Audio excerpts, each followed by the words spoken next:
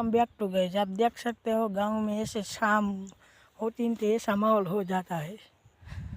दिखने लगा सूरज और आपको दिखा तो ऐसे होता है सब।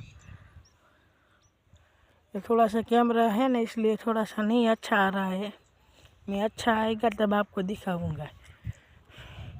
ये आप देख सकते हो यहाँ पर सूरज है और ऐसी हमारे गांव में शाम होती है।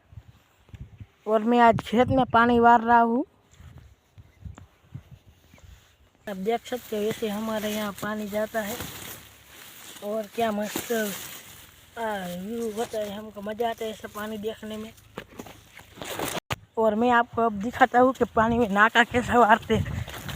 ये गया साला, बच गया। तब भी मैं आपको दिखाऊंगा पानी कैसे वारते हैं। या पावड़ा हाथ में और डाला गीचे में मोबाइल।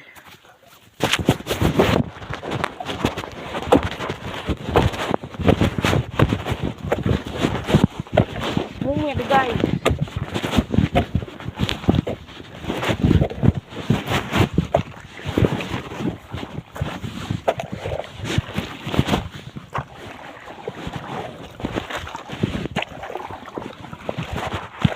और ये